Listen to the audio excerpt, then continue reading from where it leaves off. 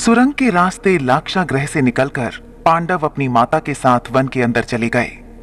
कई कोस चलने के कारण भीमसेन को छोड़कर शेष लोग थकान से बेहाल हो गए और एक वट वृक्ष के नीचे लेट गए। माता कुंती प्यास से व्याकुल थीं, इसलिए भीमसेन किसी जलाशय या सरोवर की खोज में चले गए।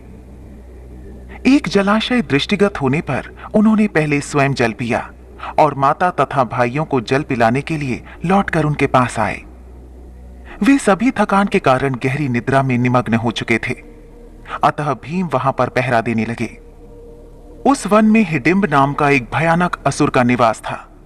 मानवों का गंध मिलने पर उसने पांडवों को पकड़ लाने के लिए अपनी बहन हिडिंबा को भेजा, ताकि वह उन्हें अपना आहार बनाकर अपनी क्षुधा पूर्ति कर सके। वहां पर पहुंचने पर हिडिंबा ने भीमसेन को पहरा देते हुए देखा और उनके सुंदर मुखारविंद तथा बलिष्ठ शरीर को देखकर उन पर आसक्त हो गई। उसने अपनी राक्षसी माया से एक अपूर्व लावण्यमयी सुंदरी का रूप बना लिया और भीमसेन के पास जा पहुंची। भीमसेन ने उससे पूछा, हे सुंदरी, तुम कौन हो और रात्रि में इस भयानक वन में अकेली क्यों घूम रही हो? भीम के प्रश्न के उत्तर में हिडिंबा ने कहा, हे नरश्रेष्ठ, मैं हिडिंबा नाम की राक्षसी हूं। मेरे भाई ने मुझे आप लोगों को पकड़कर लाने के लिए भेजा है, किंतु मेरा हृदय आप पर आसक्त हो गया है तथा मैं आपको अपने पति के रूप में प्राप्त करना चाहती हूं। मेरा भाई हिडिंब बहुत दुष्ट और क्रूर है, किंतु मैं इतना सामर्थ्य रखती हूं कि आपको उसके चंगुल से बचाकर सुरक्षित स्थान पर पहुंचा सकूं। इधर अपनी बहन को लौटकर आने में विलंब होता देखकर हिडिंब उस स्थान में जा पहुंचा जहां पर हिडिंबा भीमसेन से वार्तालाप कर रही थी। हिडिंबा को भीमसेन के साथ हो उठा और हिडिंबा को दंड देने के लिए उसकी ओर झपटा। यह देखकर भीम ने उसे रोकते हुए कहा, रे दुष्ट राक्षस, तुझे स्त्री पर हाथ उठाते लज्जा नहीं आती? यदि तू इतना ही वीर और पराक्रमी है तो मुझसे युद्ध कर। इतना कहकर भीमसेन ताल ठोंककर उसके साथ मल्ल युद्ध करने लगे। कुंती तथा अन्य पांडव की भी नींद खुल गई।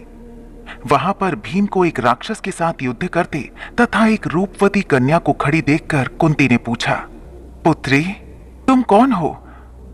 हिडिंबा ने सारी बातें उन्हें बता दी। अर्जुन ने हिडिंब को मारने के लिए अपना धनुष उठा लिया, किंतु भीम ने उन्हें बाण छोड़ने से मना करते हुए कहा, भैया, आप बाण मत छोड़िए, यह मेरा शिकार है और मेरे हाथों ही मरेगा।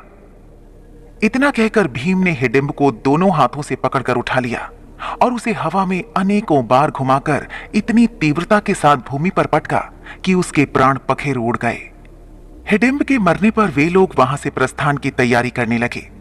इस पर हिडिंबा कुंती के चरणों में गिरकर प्रार्थना करने लगी, हे माता, मैंने आपके पुत्र भीम को अपने पति के रूप में स्वीकार कर लिया है। आप लोग मुझे कृपा करके स्वीकार कर लीजिए। यदि आप लोगों ने मुझे स्वीकार नहीं किया तो मैं इसी क्षण अपने प्राणों का त्याग कर दूंगी। हिडिंबा के हृदय में भीम के प्रति प्रबल प्रेम की भावना देखकर युधिष्ठिर बोले, हिडिंबे, मैं तुम्हें अपने भाई को सौंपता हूं, किंतु यह केवल दिन में तुम्हारे साथ रहा करेगा और रात्रि को हम लोगों के साथ रहा करेगा। हिडिंबा इसके लिए तैयार हो गई और भीमसेन के साथ आनंद पूर्वक जीवन व्यतीत करने लगी। 1 वर्ष व्यतीत होने पर हिडिंबा का पुत्र उत्पन्न हुआ। उत्पन्न होते समय उसके सिर पर केश न होने के कारण उसका नाम घटोत्कच रखा गया। वह अत्यंत मायावी निकला और जन्म लेते ही बड़ा हो गया। हिडिंबा ने अपने पुत्र को पांडवों के पास ले जाकर कहा, यह आपकी भाई की संतान है, अतः यह आप लोगों की सेवा में रहेगा। इतना कहकर हिडिंबा वहां से चली गई।